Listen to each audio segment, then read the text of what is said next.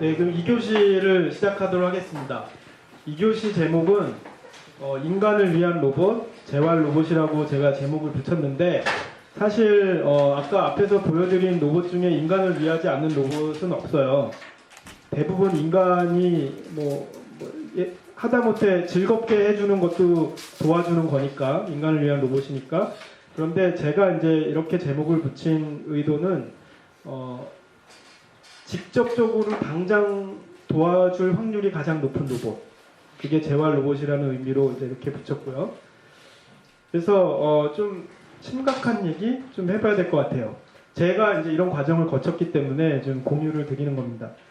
그래서 제가 아까 말씀드린 그런 그 공장에서 이렇게 빨리 움직이도록 제어하는 그런 프로젝트를 하면서 이 로봇이 용접을 빨리 해서 자동차를 한 대를 하루에 더 생산을 하면 빨리 할 테니까, 빨리 움직이면 자동차 생산량이 늘어나죠. 하면 나한테 뭐가 도움이 되지? 이런 이제 생각을 하게 됐어요. 대학원 때.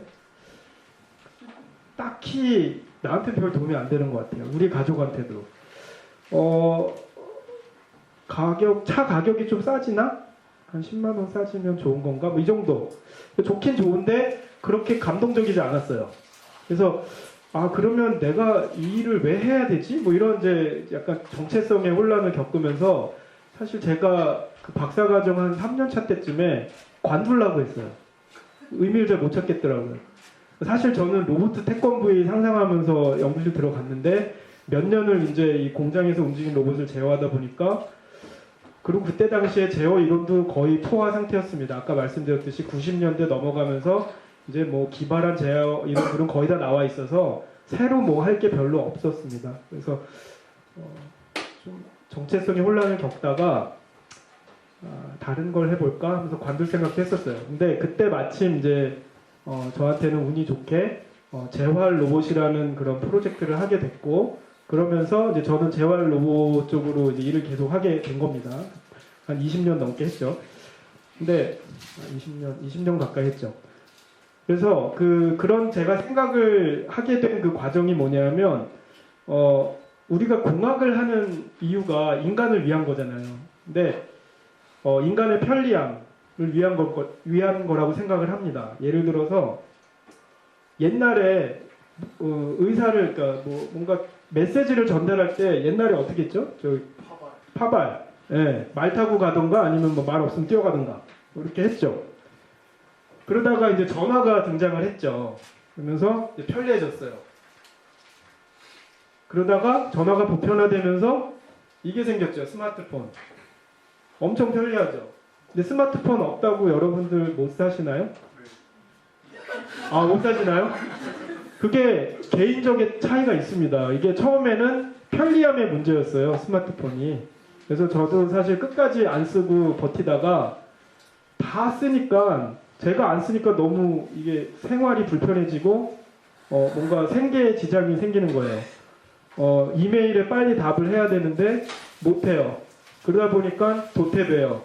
그러다 보면 직장에서 뭔가 평가가 낮아지고 월급이 작아지고 뭐 이런 일들이 발생될 수 있죠. 그래서 사실은 생존의 문제가 될 수 있습니다. 편리함의 문제가 어쩔 때는 생존의 문제가 되기도 하고, 사람에 따라서, 개인에 따라서 그 판단 기준은 달라질 수가 있습니다.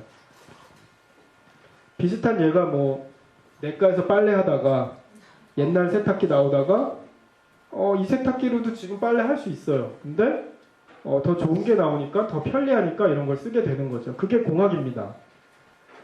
그러면 로봇은 어떨까요? 그래서 제가 이제 공학과 자연과학의 차이에 대해서 좀 질문을 드리고 싶은데, 뭐가 다르다고 생각하시나요? 자연과학. 자연과학은 뭐 문자가 의미하듯이 자연을 탐구하는 거죠. 공학은 뭘까요? 쉽게 얘기하면 좀 기분 나쁘실 수도 있는데, 돈 되는 일. 그게 공학입니다. 거기에 인간의 편리함을 내세우면 돈이 되기가 쉽죠. 그죠? 네, 그거는 뭐 부인할 수 없는 사실입니다. 그래서 공학의 궁극적인 목적은 인간의 삶의 질을 향상시키는 거, 편리함이 될 수도 있고 생존을 도와주는 게 될 수도 있어요. 예를 들어서 의술 같은 경우에는 이런 의공학이 발전하면서 수명이 늘어나기도 해요. 그래서 생존의 문제도 다룰 수 있습니다. 그리고 효율성의 향상을 시킬 수도 있는 게 공학의 목적입니다. 그런 개념에서 그러면 로봇도 공학의 그 부산물 중에 하나인데 인간에게 더 직접적으로 당장 도움을 줄 수 있는 로봇이 뭘까 고민을 하다가 앞에 보행 로봇도 있었고 소프트 로봇도 있었고 여러 가지 로봇들이 많았죠. 근데 그 중에서 저는 재활 로봇을 선택을 했고 그 연구를 계속 했습니다. 그래서 지금부터 이제 그 얘기를 드리겠는데 재활이 뭔지 아시죠, 다들? 재활, 영어로 리해빌리테이션이라고 하고 뭐 어떤 사람들은 그 재활용 뭐 그런 수거물 뭐 이런 거랑 헷갈리시기도 하는데 사실 다시 사용한다, 다시 활용한다는 의미에서는 비슷합니다. 그래서 우리 사람한테 재활이 필요한 경우는 어떠한 이유로 인해서 내가 움직이는 게 되게 불편해졌어요. 불가능해지거나 그럴 때 재활이 필요합니다. 어떠한 이유가 있을까요? 사고. 그다음에 뭐 사고에도 뭐 크고 작은 게 있죠, 그죠? 그래서 뭐 운동을 하다가 접질리는 경우도 사고가 될 수 있고 큰 교통사고도 사고가 될 수도 있죠. 그래서 뭐 주로 이제 일반인들이 많이 겪는 게 이런 이제 근골격계가 다치는 겁니다. 축구 선수들의 경우에는 무릎 전방 십자인대 이런 이제 부상이 일어나면 내가 좋아하는 뭐 손흥민 선수 다 좋아하실 텐데 만약에 오늘 이제 경기를 손흥민 선수가 하죠 밤에 할 거예요 아마. 근데 네, 합니다. 네. 근데 손흥민 선수가 하다가 그러면 안 되겠지만 다치면 다들 우울해지시죠. 기분 나쁘잖아요. 이제 내가 다친 거 아닌데 내 가족도 아닌데 우리나라 선수가 다치면 되게 우울해지고 저 선수가 빨리 재활을 마치고 정상으로 복귀하면 좋겠다 이런 생각들을 다시 하실 거예요. 근데 그 선수 입장에서는 얼마나 괴롭겠어요. 근데 재활은 되게 오래 걸려요. 하루아침에 되지가 않아요. 그래서 그런 이제 좀 어려움이 있습니다. 그래서 이런 근골격계 부상, 뭐 발목이 다치기도 하고 어깨가 다치기도 하고 저도 사실은 이런 다친 적이 많이 있어요. 그래서 여기 지금 안 보이는데 여기 이제 손목이 부러진 적이 있어가지고 수술 받고 재활 과정을 거치면서 사실 그 제 주위에 계시는 교수님들이 저한테 제가 이게 깁스하고 오니까 자해를 했느냐, 연구 주제가 떠오르지 않아서 자해를 한 거 아니냐, 뭐 이런 말씀도 하셨었어요. 사실 그런 생각 조금 했어요. 부러지면서 내가 직접 재활해보면 뭔가 아이디어가 나오지 않을까? 그런 생각을 했습니다. 그래서 로봇을 이 손목을 재활하는 로봇을 내가 기발한 걸 하나 만들 수 있겠다 그런 생각을 했는데 뒤에 말씀 뭐 드릴지 모르겠으니까 지금 말씀드릴게요. 결론은 내가 왼손을 다쳤었는데 내 왼손을 재활할 수 있는 가장 좋은 도구는 내 오른손이다. 굳이 로봇을 안 써도 되겠다. 그게 결론이었습니다. 이렇게 얘기하면 뒤에 할 얘기가 없어지는데 사실 로봇이 필요한 경우도 많이 있습니다. 그래서 그 부분을 좀 얘기를 드리겠습니다. 그리고 좀 어려운 경우인데 뇌질환의 경우에 재활이 필요한 경우가 생깁니다. 우리 뇌의 역할이 뭐죠? 동물에는 있는데 식물에는 없는 게 뭐죠? 뇌예요. 그래서 동물로 가면서 뇌가 생겼고 그럼으로 인해서 움직일 수 있게 된 거죠. 그래서 뇌의 가장 중요한 역할 중에 하나가 뭔가를 움직이는 거예요. 우리 내장 그 기관, 뭐 장기, 뭐 위, 심장, 소장 이런 것들을 움직이는 것도 뇌고, 그 다음에 바깥에 보이는 근육, 팔, 관절, 다리 이런 것들을 움직이는 것도 다 뇌입니다. 그래서 이게 컨트롤러, 아까 프로세싱하는 컨트롤러에 해당해요. 근데 이 뇌에 문제가 생기면 잘 못 움직이게 돼요. 그러면 정말 불편해져요. 여기서 지금 나 화장실 가고 싶은데 누가 도와주지 않으면 못 가요. 그런 경우가 생기고 뭐 하다못해 뭐 하나 집어먹고 싶은데 그것도 안 되고 코끝이 가려운데 긁을 수 없어요. 그거 상상해 보셨어요? 코끝이 가려운데 긁을 수 없는 경우. 그쵸. 미장원에서 경험하시죠? 상당히 저랑 비슷한 생각 많이 하시는데 그게 왜 제가 이 생각을 하게 됐냐면 제가 이제 이 과제, 이 프로젝트 아까 제가 고민하는 그런 거 말씀드렸죠. 박사과정 하던 중에 이 산업용 로봇으로 뭐 도움이 되지? 뭐 이런 이제 막 그 정체성의 혼란을 겪다가 프로젝트를 하게 됐는데 이때 이제 우리나라 최초의 재활 로봇입니다. 이게 카레스2라고 카이스트 리해빌리테이션 시스템 이렇게 가지고 이름이 붙여졌고요. 이게 뭐냐면 그 척수 손상, 교통사고로 인해서 척수가 이렇게 끊어지면 사지가 마비가 돼요. 목 위로만 움직일 수 있어요.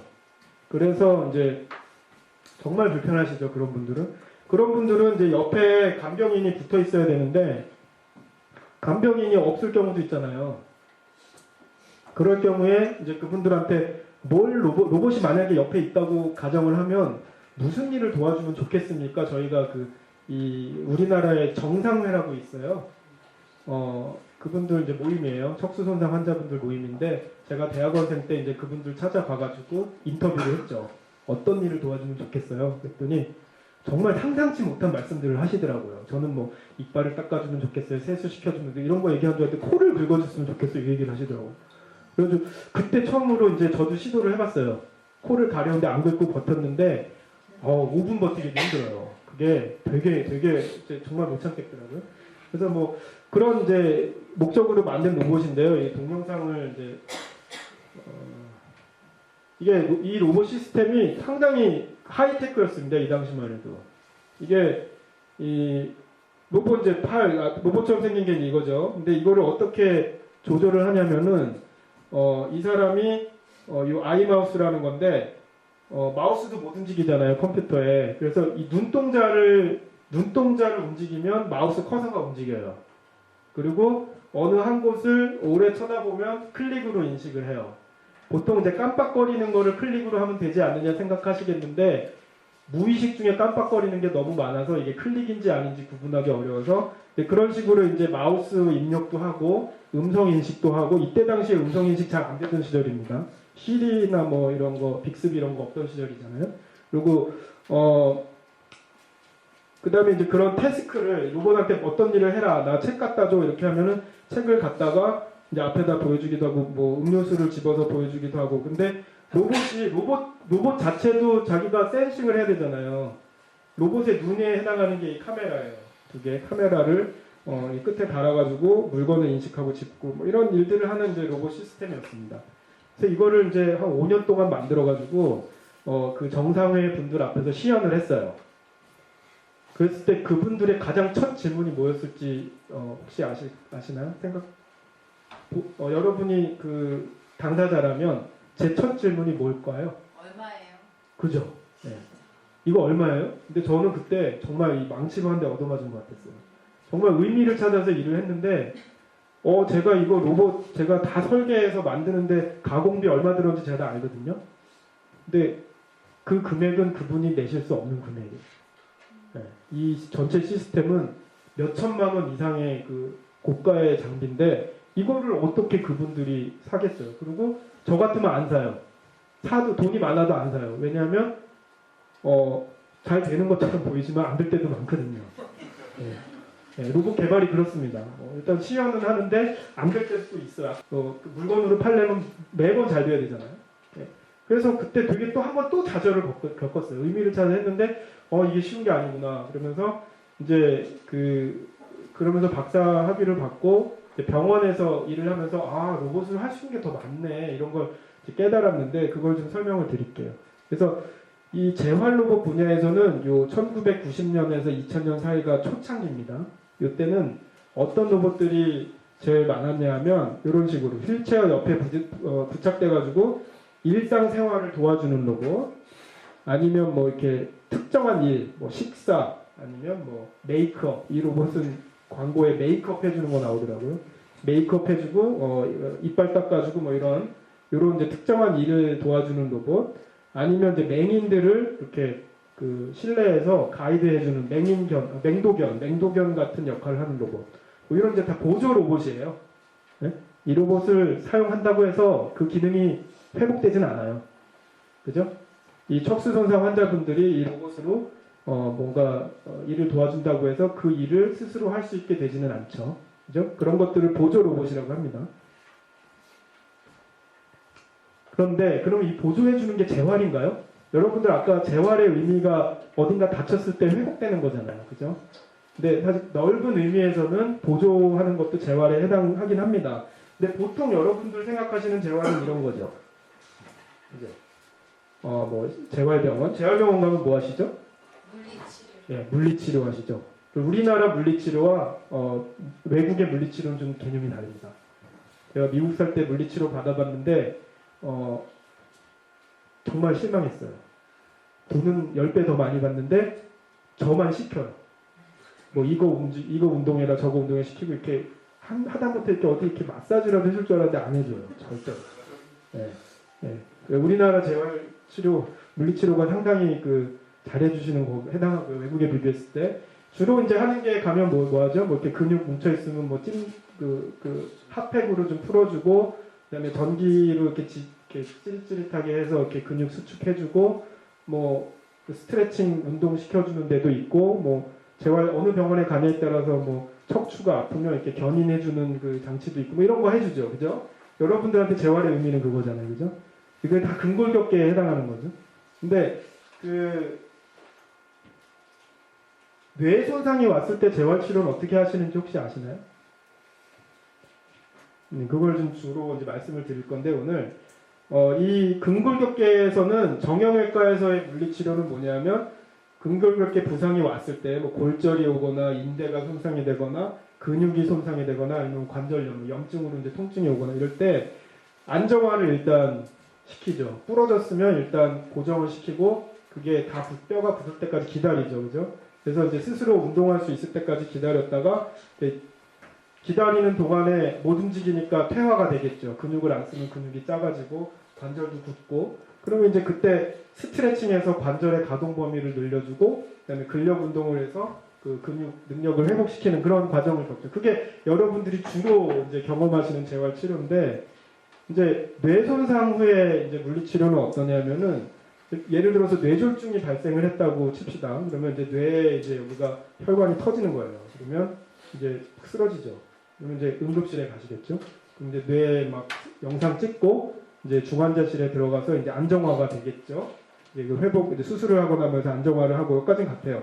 이때는 관절 범위를 관절 가동 범위를 스트레칭으로 늘려주고 근력 강화하고 이런 개념이 아니에요.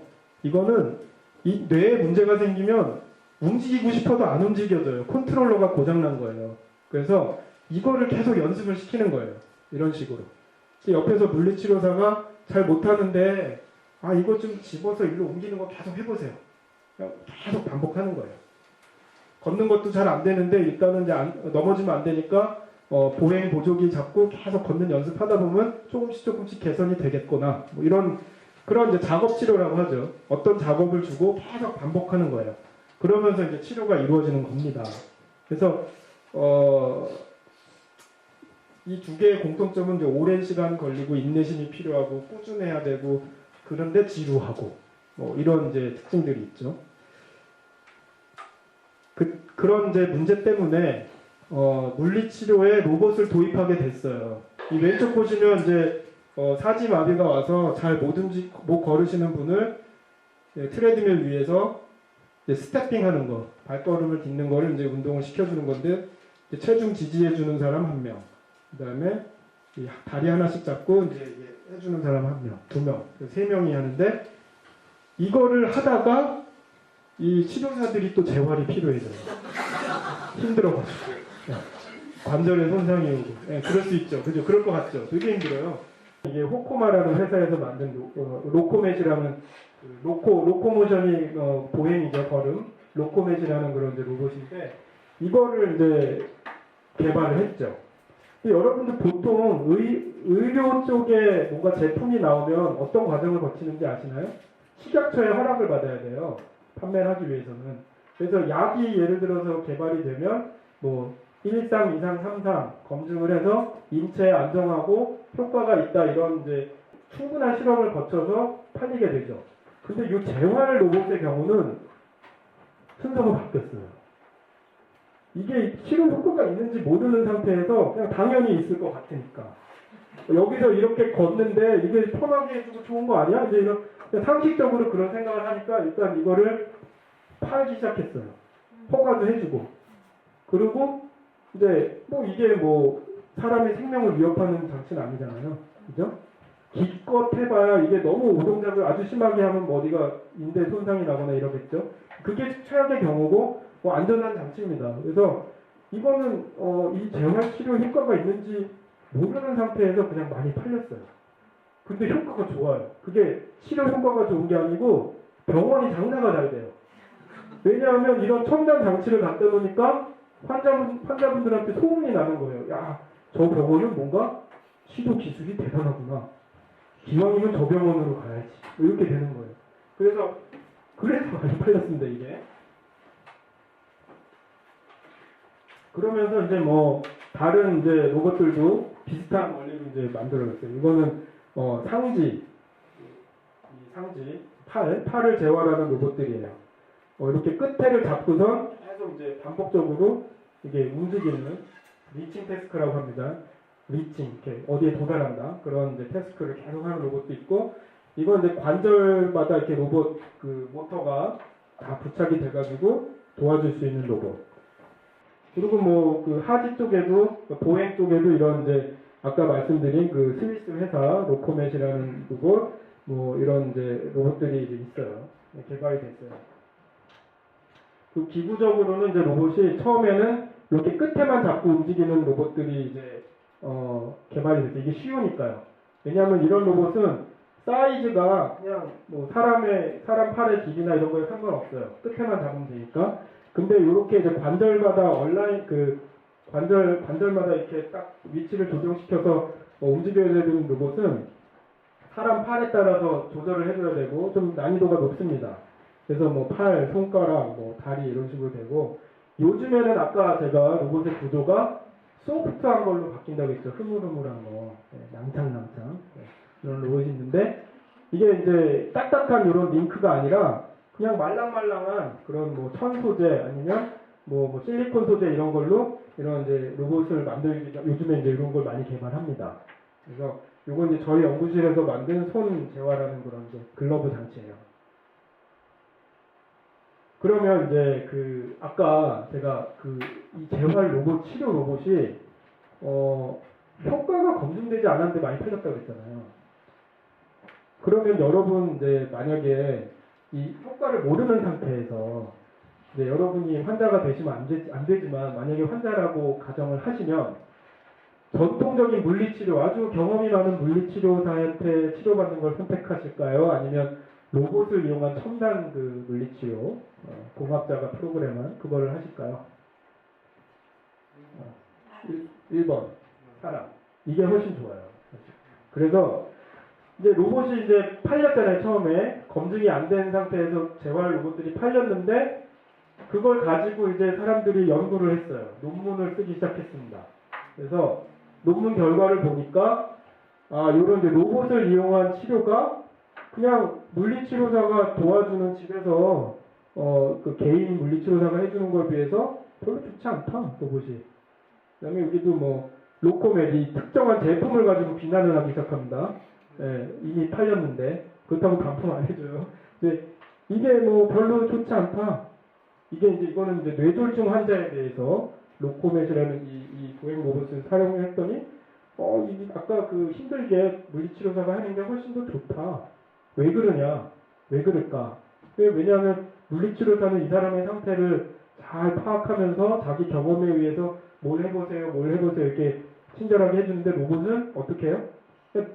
누가 프로그램에 들어오면 그냥 움직이는 거예요. 그죠? 네, 그런 게 없죠. 그래서 그러면 이제 이때 이제 이 회사 사장님이 엄청 이제 이 학회에서 이 발표가 됐을 때 엄청 반발을 하셨죠. 이 어떻게 연구 실험을 한 거냐? 실험 방법에 따라서 다를 수 있는데 뭐 이렇게 막 되게 그 논쟁이 많았어요 그때. 그래서 그러면 이 로봇이 그럼 과연 필요 없는 것인가? 결론을 말씀드리면 필요합니다. 근데 어떻게 로봇을 쓰느냐가 되게 중요합니다. 그래서 미리 프로그램에서 그냥 걷는 동작 반복, 그냥 무식하게 하루에 100번씩 걸어, 뭐 이렇게 하는 게 아니고요. 그 사람에 맞춰서 걷는 동작을 수정해 줘야 돼요. 그리고 그 사람이 뭔가 그 사람에게 개선이 있을 수 있게 그 사람에 맞는 재활 프로그램을 짜줘야 돼요. 그래서 그거에 대해서 좀 말씀을 드리겠는데, 그거를 좀 이해를 하시려면 이 재활의 그 뇌에 손상이 왔을 때 재활이 되는 원리에 대해서 좀 아셔야 돼요. 일단 뇌졸중이 뭔지부터 좀 설명을 드리겠습니다. 이게 제일 흔한 질환입니다. 거의 전 세계적으로 여기 앉아있는 분 중에 4명, 확률적으로 4명, 5명 중에 한 분은 가족, 친지 중에 누군가가 뇌졸중이 있어요. 혹시 확인해 보세요. 주위에 내 친지, 가족이나 친지 중에 뇌졸중 환자가 있다. 한번 손 들어 보실래요? 좀 건강하신, 가족들하고 안 친하신 분. 어쨌든 좀 많습니다, 이게. 확률적으로 되게 많고요. 발병률이 되게 높아요. 그래서 뭐 40대에 오기도 하고요. 되게 젊은 사람들한테도 오기도 하고. 이게 어떻게 오는 질환이냐면은, 이게 혈관이 이제 그 고지혈증 이러면 이제 막히죠. 그러면 이제 뇌에도 사실은 산소 공급을 피가 흐르면서 산소 공급이 원활히 이루어져야 되는데, 이게 막혀버리는 거예요. 그러면 이제 뭐 한 1분, 2분 산소 공급이 안 되기 시작하면 이게 피가 막 흐르다가 어딘가에서 막히죠.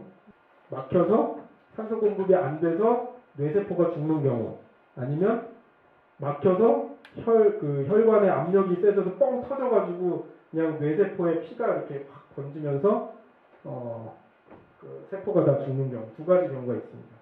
그 원리는 뇌세포가 이제 데미지를 입어가지고 죽는 경우입니다. 그래서 근데 애석하게도 뇌세포가 죽으면 재생이 안 돼요. 그 부분은 그냥 죽은 대로 끝, 평생 그렇게 됩니다.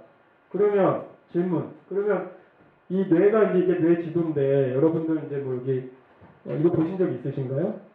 네, 이게 우리 뇌에 이게 이제 여기가 앞쪽이고 이마 쪽이고 이게 뒤통수 쪽입니다. 그랬을 때 이 가운데 이렇게 이 부분이 직접적으로 우리 근육을 움직이는 그런 명령을 내려주는 부분이에요.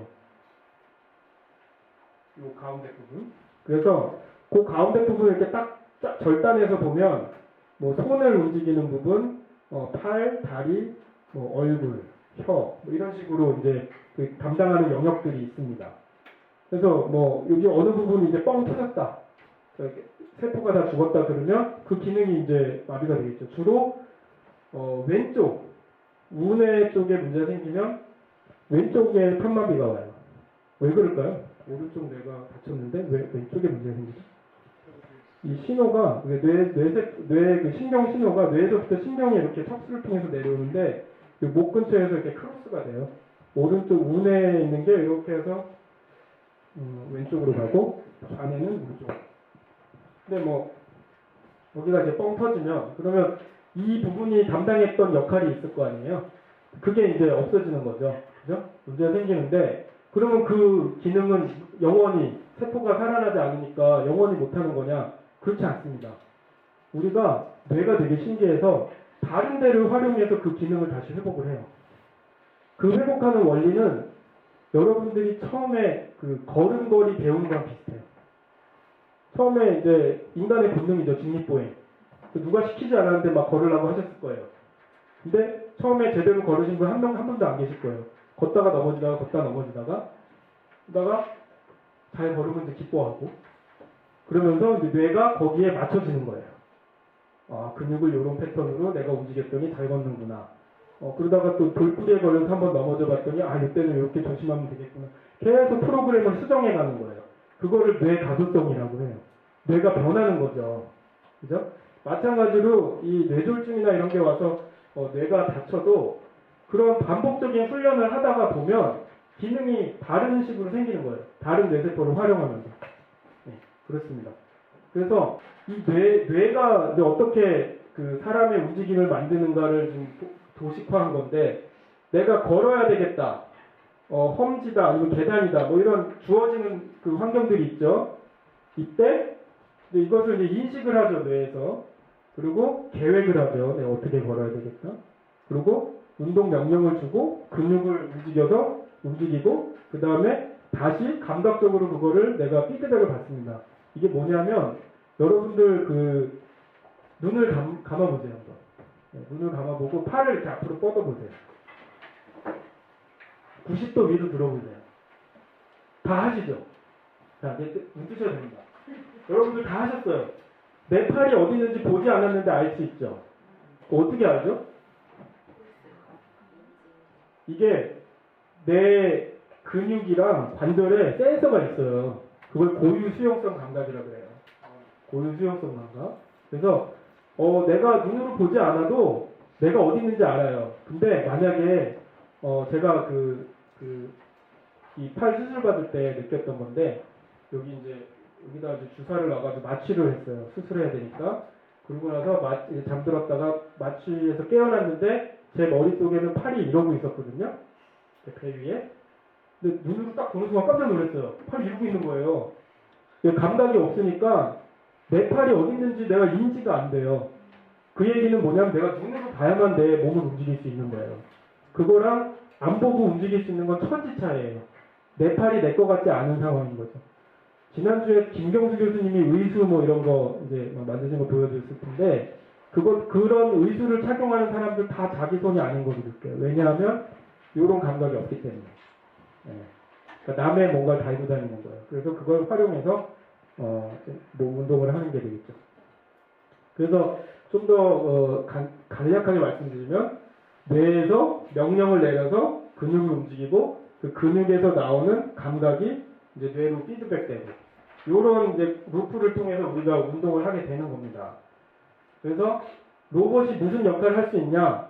이 명령이 잘 안 내려가잖아요. 뇌가 다치면 그러면 이 사람이 하고 싶은 의도만 파악을 해가지고 로봇이 움직여주는 거죠.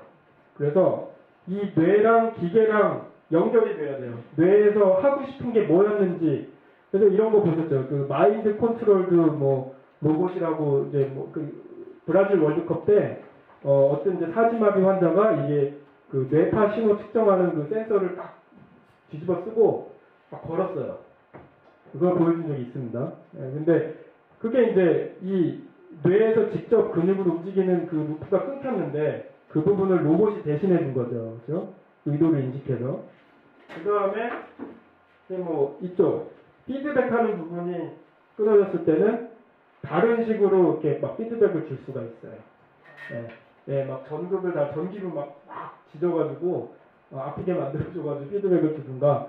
예를 들어서 발에 감각이 없는데 땅에 딱 닿으면 땅에 발이 닿다는 느낌을 여기다가 간접적으로 막 전기로 이렇게 신호를 줄 수도 있죠. 그런 식으로 이제 피드백을 주기도 합니다. 그러면 이제 로봇이 이제 대신 움직여주는 경우입니다. 이거는 이제 본인이 스스로 어린아이인데 못 움직이는데 대신 움직여주는 경우인데 이거 저희 첫째 딸이 처음 걸을 때 제가 신기해가지고 동영상 찍어놓은 건데 이런 식으로 이제 처음에 걸음 배우죠. 제가 신기해서 찍어놨는데 이거 보여주면 되게 싫어합니다. 저희 딸이. 근데 이런 경우가 훨씬 더 배우는 게 많겠죠. 피드백이 자기 의도대로 하다가 안 되고 학습하고 이런 거. 그래서 이런 왼쪽에 있는 것처럼 로봇으로 그냥 프로그램에서 일괄적으로 하는 게 아니라 스스로 뭔가 배울 수 있게 해보자. 그래서 이제 저희 연구실에서 했던 게 뭐냐면 보통 트레드밀에서는 어떻게 걷죠? 여러분들 그 속도 딱 세팅해 놓으면 그걸로 벨트가 막 돌아가면 거기에 적응해서 걷잖아요. 그게 아니고 이제 내가 걷는 대로 트레드밀이 따라오게 만들었어요. 어떻게 만들었냐면 아까 말씀드린 피드백 컨트롤의 개념을 썼습니다. 이 사람이 트레드밀에 앞쪽으로 가면 뭔 뜻인가요? 트레드밀 속도보다 이 사람이 더 빠른 거죠. 그럼 트레드밀을 더 빠르게 해서 이 사람 뒤로 보낸대요. 그죠? 이 사람이 뒤에 있으면 느린 거니까 트레드밀을 천천히 돌려줘서 이 사람 가운데로 보내고 목표는 이 사람을 가운데 보내는 걸 목표로 제어를 하면 그런 걸 구현을 할 수가 있습니다. 같은 트레드밀을 사용을 해서 가상현실 공간을 걸어가게 하는 건데요. 사실은 이게 어떻게 구현을 했냐면은 이 머리 회전하는 거의 각도에 따라서 이 화면의 그 뷰 앵글, 보여주는 앵글을 이제 컨트롤 해줬는데 현실감이 있어가지고 이 코너에서 막 속도를 자기가 알아서 줄여요. 요런 걸 하면은 요런 게 좀 더 대신 걸어주는 것보다 좀 더 도전적인 상황이고 그러면 배우는 게 많겠다. 그래서 저희가 똑같은 걸음을 걸을 때 트레드밀이 속도 정해놓고 걷는 경우랑 내가 그 속도를 제어하면서 나 스스로 할 때랑 뇌파가 어떻게 다른지 본 거예요. 그랬더니 차이가 있고 뇌의 활성도가 내가 스스로 할 때 더 많다. 그 얘기는 뭐냐면 이런 방식으로 로봇을 제어를 해주면 좀 더 효과가 높지 않겠느냐, 그런 이제 연구 결과입니다. 재활에서는 사실 정확한 진단을 못했다고 해서 그분이 생명에 지장이 있지는 않아요. 그렇지만 그분이 정확한 그 시기에 재활이 필요한 시기가 있어요. 뇌졸중이 오면 초기가 되게 중요해요. 초기 6개월이 지난 이후에는 이 뇌가소성이 되게 뇌가소성이 활발하지가 않아요. 그래서 아무리 훈련을 열심히 해도 회복이 이렇게 잘 되지 않는데 초기에 되게 중요하거든요. 그때 이 사람의 문제를 정확히 파악을 해줘야 돼요. 로봇의 장점이 뭐냐면, 로봇의 장점 중에 하나가 정확하게 측정할 수 있다는 거예요. 사람에 비해서. 의사 선생님이 그냥 눈대중으로 아니면 손으로 이렇게 느낌으로 측정하는 거에 비해서 로봇은 센서를 정확하게 넘버로 그냥 측정을 하죠. 그래서 이런 이제 환자분들한테 나타나는 현상인데, 뇌졸중 환자분들 이렇게 팔이 이렇게 되거든요. 요거를 이제 강직 현상이라고 하는데, 이 경직, 강직의 정도가 환자별로 다 달라요. 그래서 병원에서 가면은 요런 이제 강직의 정도, 경직의 정도를 정해주는 정성적으로 측정하는 그런 평가 방법이 있습니다. 방법이 뭐냐? 되게 어렵지 않아요. 의사 선생님이 이분의 팔을 잡고 그냥 움직여요. 이렇게 움직이면서 이 저항을 이제 느낌으로 좀 세네, 좀 약하네, 아주 세네, 이런 가지고 점수를 주는 거예요. 그런데 그러면 이제 점수가 의사 선생님이 어떤 분이 했냐에 따라 다 달라요. 왜냐면 내가 센 기준과 저 사람이 센 기준 다를 거 아니에요. 그죠? 내가 여기 앞에 계신 분을 진짜 딱 때리진 않겠지만 때렸는데 이분이 나는 살살 때렸는데 이분은 세게 때렸다고 할 수도 있는 거 아니에요. 그죠? 그렇다고 해서 사람들이 나 저 사람한테 10뉴턴으로 맞았어 이렇게 얘기 안 하잖아요. 그죠? 그렇게 표현 안 하죠. 세게 맞았어 약하면 우리 언어 자체가 정성적입니다. 그래서 그런 식으로 이제 의료 업계에서도 그런 식으로 측정 기준이 생긴 건데, 로봇의 장점은 다 측정을 할 수 있죠. 센서만 붙여주면. 그래서 정량적으로 측정한 걸 가지고 이 정도가 센 거야, 저 정도가 약한 거야, 이거를 로봇에 구현해줘서 새로 젊은 의사 선생님들한테 트레이닝도 할 수 있는 거예요. 그죠? 이런 식으로 이제 로봇을 이용해서 정확한 측정들을 할 수 있고요. 그 다음에 근육 시너지라는 걸 좀 말씀을 드려야 될 것 같은데, 이거는 좀 디테일한 건데, 우리가 뇌에서 우리 몸에 640개, 850개의 근육이 있습니다. 근데 뇌에서 각각 하나의 근육을 다 일일이 제어하고 있지 않아요. 그거는 거의 불가능하죠.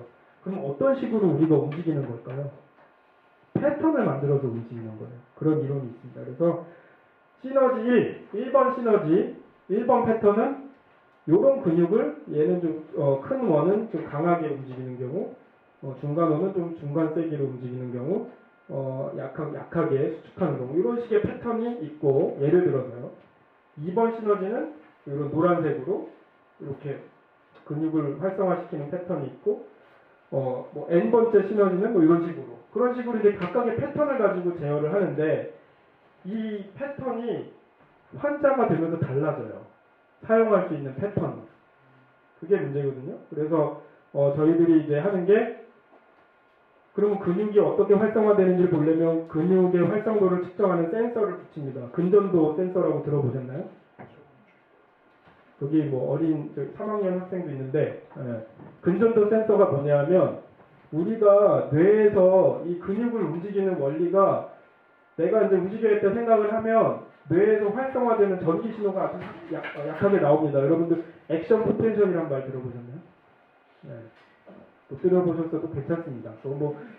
전기 신호가 나와서 그게 신경을 타고 이렇게 내려오면서 근육에 딱 신호가 전달이 되면서 근육이 수축하는 것도 전기 신호에 의한 수축입니다. 그래서 근육 겉에 이제 피부가 있잖아요. 피부에다가 아주 민감도가 높은 금속 전극을 딱 붙이면 이런 식으로 그 신호를 측정을 해요.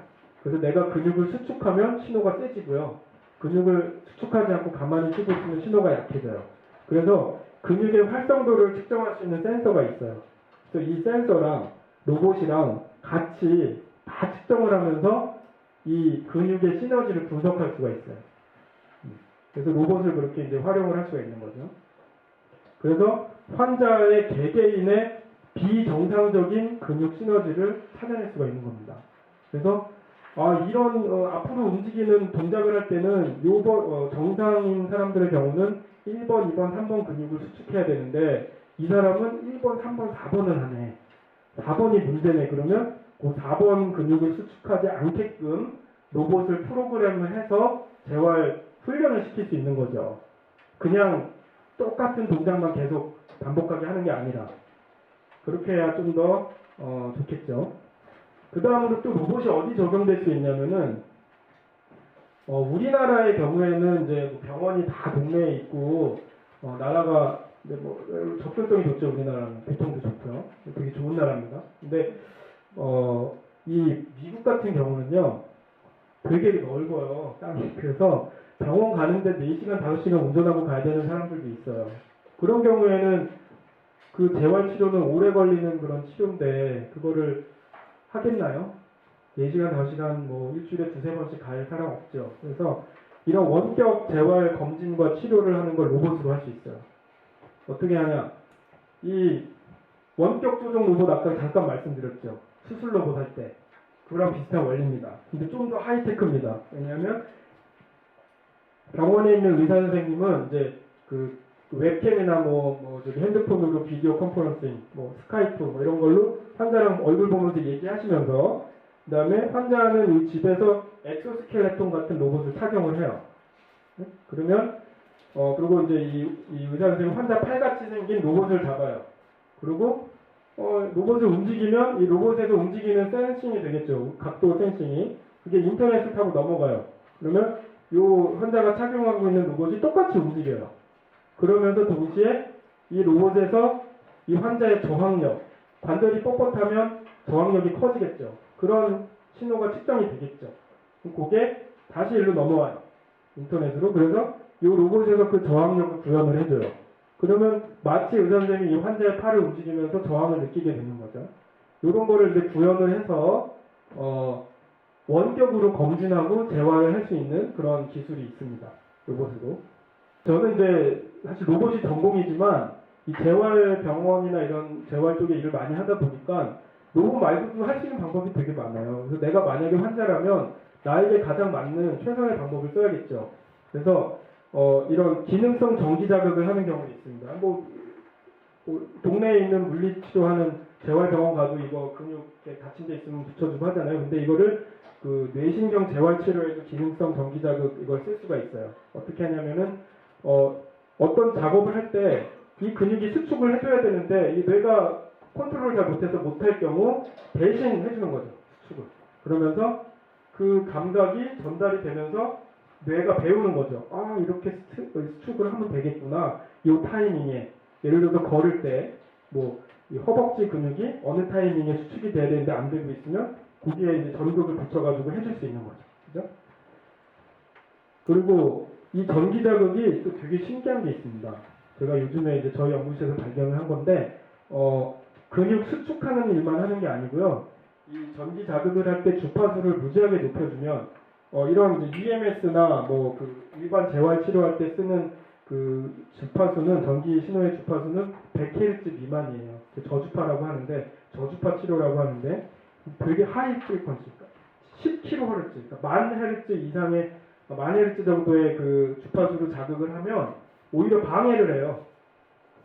그래서 이제 환자분 같은 경우에요, 팔꿈치를 이렇게 굽히라고 하면 이걸 잘 못하세요. 못하는 분들 계시는데 그 이유가 뭐냐면 근육은 있어요. 그리고 근육 수축도 해요. 근데 왜 못하냐면 팔꿈치를 굽히려면 뭐를 수축해야 되죠? 이두박근을 수축해야 되죠. 그 대신에 삼두박근 뒤에 있는 거, 이쪽에 있는 거, 이거는 쉬고 있어야 되죠. 근데 환자분들은 팔꿈치 이렇게 해보세요 그러면 두 개가 동시에 다 수축을 해요. 그래서 서로 싸우고 있는 거예요. 서로. 그래서 팔꿈치가 안 움직이는 거죠. 이쪽에서도 당기고 저쪽에서 당기니까 안 움직이는 거죠. 그래서 그 활성이 안 돼야 되는 근육을 그 억제시켜주는 거. 활성이 안 돼야 되는데 활성이 되고 있는 경우는 억제시켜줄 수 있는 것도 전기 자극을 할 수가 있습니다. 그런 걸 할 수 있고, 그 다음에 뇌에서 뭐 손가락을 담당하는 부분이 어디인 거, 이거 아까 지도 보여드렸잖아요. 이 사람이 손가락이 문제면 그 부분을 딱 그 자기장을 이용해가지고 팍팍 펄스를 쏴주는 그런 경우도 있습니다. 그래서 뇌에 자극을 해서 뇌관성성을 촉진시키는 방법도 있고, 그 다음에 로봇을 굳이 쓰지 않아도 그냥 센서만 써서도 할 수도 있어요. 스스로 조금은 움직일 수 있는 분들인 경우에는 굳이 로봇이 도와주지 않아도 그냥 모션 센서, 그냥 모션 동작 센서 이렇게 움직이면 우리 스마트워치에도 동작 감지 센서 있잖아요. 그죠? 내가 걷고 있는지 뭘 하고 있는지 다 알죠, 얘가. 그래서 그런 거를 센서를 통해서 게임도 하게 하면서 재활 훈련을 로봇 없이 하게 할 수도 있습니다. 그리고 제가 다른 형태의 또 재활 로봇이 있습니다. 지금까지는 뇌신경 치료를 하는 그런 재활 기술에 대해서 말씀을 드렸는데, 이 팔다리가 절단되신 분들, 이거는 지난주에 김경수 교수님이 약간 다루셨을 것 같아요. 그 의수 같은 걸 만들고 하셨잖아요. 근데 예를 들어서 팔이 절단되신 분들은 이런 예전에는 이런 모양만 팔인 그런 의수를 사용을 하셨죠. 그죠? 그래서 어떤 경우에는 여기 이렇게 갈고리가 달려있는 경우도 있죠. 그죠? 네, 축구선장처럼. 그죠? 근데 요즘에 기술이 발전을 해서 사람 팔처럼 움직이는 로봇이 만들어졌어요. 그래서 이게 무게도 사람 팔하고 비슷해요. 엄청나게 놀라운 기술이에요. 이거 어떻게 만들죠? 아까 1교시 들으셨으면 알 텐데, 이 손이 제일 어렵습니다. 네, 손이 왜 어렵냐면 손에 모터가 몇 개 필요할까요? 손 동작을 구현을 하려면.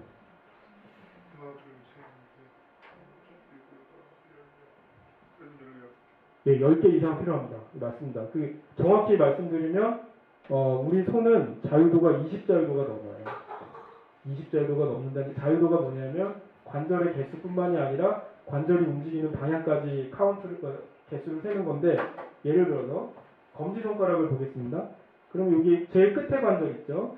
끝에 관절 굽혔다 폈다 하는 모터 하나, 그 다음에 중간 관절 하나, 그 다음에 제 안에 있는 제 손에 붙은 관절 하나, 요거가 있는데, 요 관절은 이렇게만 움직이는 게 아니라 이것도 되죠. 그죠? 요거 아니다, 요것도 되죠. 그러면 모터가 4개 필요하죠. 검지손가락, 중지손가락도 마찬가지고, 약지랑 새끼손가락도 마찬가지입니다. 근데 뭐 약지랑 새끼손가락 중요하지 않으니까 뺀다고 쳐도 일단 8개 필요하죠. 그 다음에 엄지손가락도 여기 하나 있죠.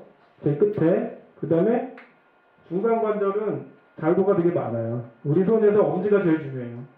여러분들 손가락 이 4개 중에 하나 없어도 뭔가 잡을 수 있어요. 근데 엄지가 없으면 아무것도 못 잡아요. 엄지가 제일 중요하고 자유도도 높습니다. 그래서 모터가 일단 손에만 10개 이상이 필요한데, 아까 말씀드렸잖아요. 모터 배터리도 문제지만, 예? 이거 자꾸 습관이에요. 배터리도 문제지만 이 모터가 낼 수 있는 힘도 문제예요. 손 안에 들어가는 모터는 엄청 작을 수밖에 없죠. 무게도 작아져요. 그러면 그 모터가 낼 수 있는 힘은 엄청나게 작습니다. 일반적으로. 시중에서 여러분들이 접할 수 있는 모터는 그 정도 사이즈의 모터를 가지고 전기를 아무리 많이 가해도 낼 수 있는 힘은 정해져 있습니다. 왜냐하면 모터가 낼 수 있는 힘은 아까 코일을 감는다고 그랬죠. 자석 안에 코일이 들어가서 모터가 돌아가는 원리 말씀드렸죠. 근데 그 코일을 감는 횟수에 비례합니다. 모터 힘이. 왜냐하면 코일 한 가닥 한 가닥이 힘을 받아요. 그래서 코일을 100가닥 감으면 100배의 힘이 되고, 코일을 1000가닥 감으면 1000배의 힘이 됩니다. 그래서 코일을 얇게 많이 감는 기술이 모터에서 가장 중요한 핵심 기술입니다. 그런데 그거를 감는 게 한계가 있을 거 아닙니까? 전선을 얇게 만드는 데도 한계가 있고, 너무 얇게 만드는 약간의 전기만 흘려줘도 모터가 타겠죠. 너무 전선이 얇으면. 그래서 어느 정도의 두께를 가는 전선이 감기는 그 횟수에 한계가 있고, 그래서 물리적으로 요 당시에 제가 이거를 만들 때 옆에 있었어요. 그 시카고에서 만들었는데 옆에 있었는데 이걸 만든 그 연구원이랑 제가 친해가지고 이걸 이제 걔한테 얘기를 많이 했는데 도대체 이 모터를 못 사겠다. 그런 모터를 못 찾겠다. 전 세계에 존재하지 않는다. 내가 이 사람의 손의 무게를 만족시키면서 사람이 낼 수 있는 그 힘, 손으로 잡을 수 있는 힘을 낼 수 있는 그걸 구현할 수 있는 모터는 시중에 없다. 그렇게 얘기를 하는 거예요. 그러면서 전 세계에서 모터를 가장 잘 만드는 회사가 맥슨 모터라는 회사예요. 네, 맥슨 모터라고 스위스 회사인데 스위스 사람들이 되게 정교하면서 비싼 거 잘 만들잖아요. 그죠? 시계도 그렇고, 그죠? 네. 그런데 이제 그 맥슨 모터도 한국에도 있습니다. 맥슨 모터 코리아라고. 근데 맥슨 모터사에 이제 이 친구가 전화를 했어요. 그래서 이런 스펙의 모터를 만들 수 있느냐 했더니 거기 있는 이제 엔지니어가 불가능하다, 안 된다 그렇게 얘기를 했어요. 그래가지고 이제 상부에다 보고를 했겠죠. 안 된답니다, 없답니다, 이거 못 만듭니다, 뭐 힘을 줄이든지 손을 키우든지 이렇게 해야 됩니다 이렇게 얘기를 했더니 이게 이제 국방부 과제, 미국 국방부 과제로 한 건데 국방부 그 고위 관리가 다시 맥스모터에 전화를 했어요.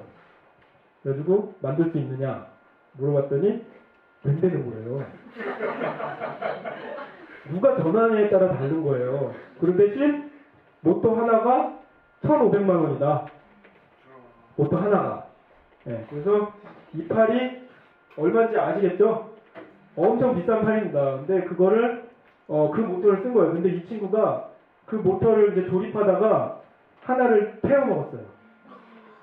어떻게 태워 먹었냐면 이게 이제 너무 작은 공간에 코일도 감고 막 하다 보니까 모터 껍데기랑 이제 나사로 이렇게 뭐 체결을 할 거 아닙니까? 근데 나사의 깊이가 0.5mm만 더 길어도 이 코일을 건드려가지고 코일이 끊어진 거예요.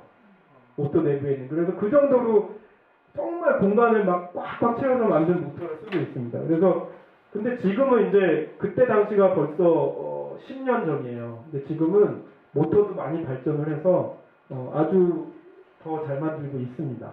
네.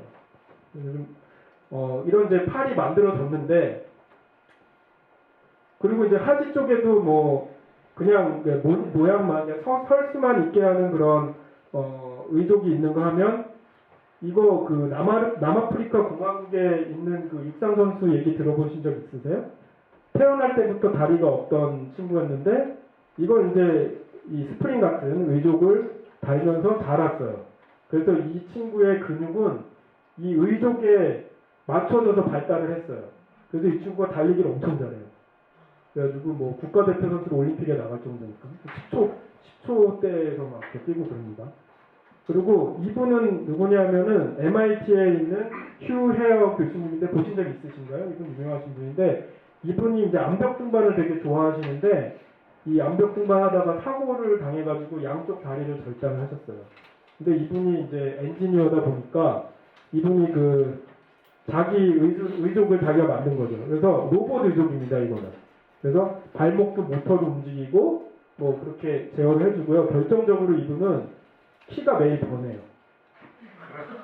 자기가 자기가 좀 키가 커지고 싶은 날은 되게 크게 만들 수도 있고, 양쪽 다리니까 그 다음에 줄일 수도 있고, 자기 키를 맘대로 조절하시는 분입니다. 어쨌든 이분이 이제 자기 몸에다 테스트를 하시다 보니까, 뭐 돌멩이를 밟았을 때, 경사길을 올라갈 때, 계단을 올라갈 때, 이 로봇을 제어하는 게 다 달라요. 아까 휴머노이드 로봇, 그 이족보행 로봇 제어하는 거 되게 어렵다고 말씀드렸는데, 평평한 평지에서 걷는 것도 어려운데 조금만 이 경사가 달라져도 로봇한테는 되게 힘듭니다. 근데 그거를 이분은 다 이제 구현을 하신 거죠. 본인 스스로. 그래서 이런 로봇 의족을 어떻게 제어하냐, 똑같은 원리입니다. 근데 그러면 이제 내 뇌에서 로봇 팔을 예를 들어서 달았는데 내 뇌에서 내가 원하는 그 의도를 로봇 팔한테 어떻게 전달할 수 있을까요? 뭐 방법은 여러 가지입니다. 내가 로봇한테 말을 할 수도 있어요. 나 물건 잡고 싶어? 뭐 이렇게 할 수도 있고. 근데 그렇게는 안 하죠. 근데 뭐, 뇌파를 가지고 하는 분들도 있어요. 그래서 뭐, 이런 식으로. 이제 뇌에서 나오는 신경이 어딘가에서 끊어져 있잖아요. 이제 팔이 절단되면 그 뇌에서 신경이 이렇게 나오다가 팔에서 절단이 된 거예요. 그래서 그 신경이 살아있어요. 그래서 그 신경을 이제 찾아가지고 거기다가 로봇하고 이제 인터페이스만 해주면 돼요. 연결만 해주면 되는데, 제가 시카고 병원에 있을 때 거기 옆에 이렇게 의수 만드시는 분 중에 요 수술 의사 선생님인데 요런 목표된 근육 재수술이라는 방법을 개발하신 분이 있어요. 그게 뭐냐면 그 절단 환자인데 그 신경이 살아있죠. 그래서 팬텀 페인이라고 혹시 들어보셨나요? 팔이 없는데 팔이 아프대요. 네, 그 팔 절단 환자분들은 보면 팔이 없는데 나 지금 팔꿈치가 너무 시리고 아파 이렇게 얘기를 하시거든요. 왜 아프죠 그게? 팔꿈치로 가는 신경이 여기 살아서 아픈 거예요. 그 신경이 여기 살아있어요. 그래서 그 신경을 어딘가에 눌러주면 팔꿈치 누르는 것 같다고 얘기도 하고 그래요. 근데 어딘가에 이제 여기 절단이 됐으니까 어딘가에 자리를 잡고 있겠죠, 신경이. 그 신경들을 끄집어내서 여기 가슴 근육을 안 쓰잖아요. 그 절단 환자분들이 여기다가 다 심은 거예요. 손가락으로 가는 신경, 팔꿈치로 가는 신경, 뭐 손목으로 가는 신경 다 일일이 그걸 재수술을 하는 거죠. 그렇게 하면 그 신경이 그 근육의 자리를 잡아요. 그러면서 나중에 이제 자리를 다 잡은 다음에 손가락 이렇게 움직여 보세요. 그러면 손가락에 해당하는 뭐 가슴 근육이 꿈틀꿈틀거려요. 수축을 하면서. 그리고 팔꿈치를 움직여 보세요. 그럼 팔꿈치에 해당하는 부분이 꿈틀꿈틀거려요. 그게 이제 타겟티드 머슬 리너베이션, TMR 방법이라고 하고요. 그거를 이제 그 수술이 이제 다 안정화가 되면 그 다음에 우리는 근전도 센서만 쓰면 돼요. 아까 근육 신호를 측정할 수 있는 센서가 있다고 그랬죠.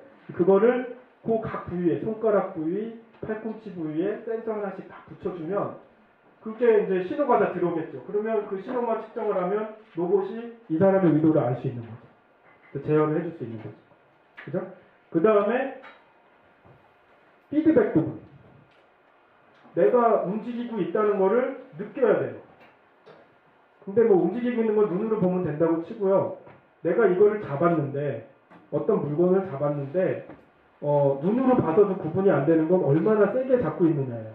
근데 우리는 그걸 알죠. 나한테 감각이 있으니까. 그죠?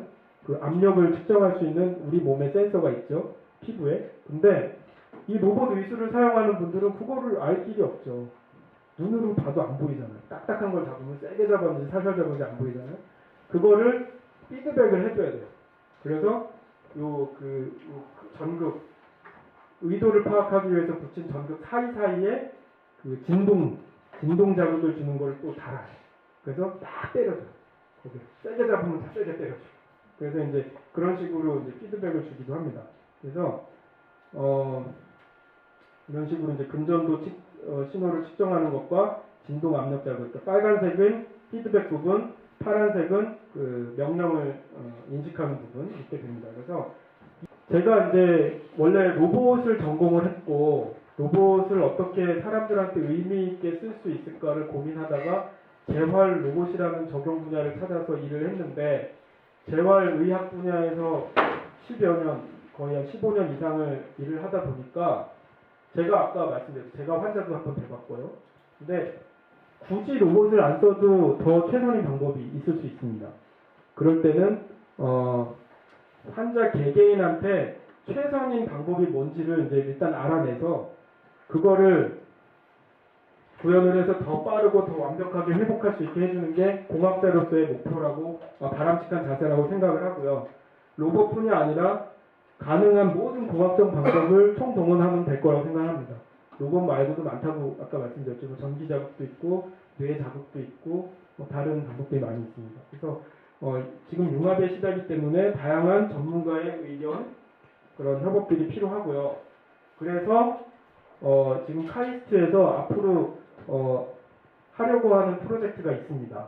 그래서 여러분 아직 시작은 하는 단계인데 이 사람이 움직이게 되는 그 원리가 아까 말씀드렸죠. 신경세포에서부터 신호가 발생이 돼서 신경을 타고 그 신호가 전달이 돼서 근육이 움직이고 그 움직이면서 피드백, 움직이는 뭐 모습을 눈으로 보기도 하고 그 고유 수용성 감각으로 느끼기도 하고 그런 것들이 우리가 피드백을 받는 그 일련의 그 루프 과정 이것들에 대한 총체적인 연구를 하려고 해요.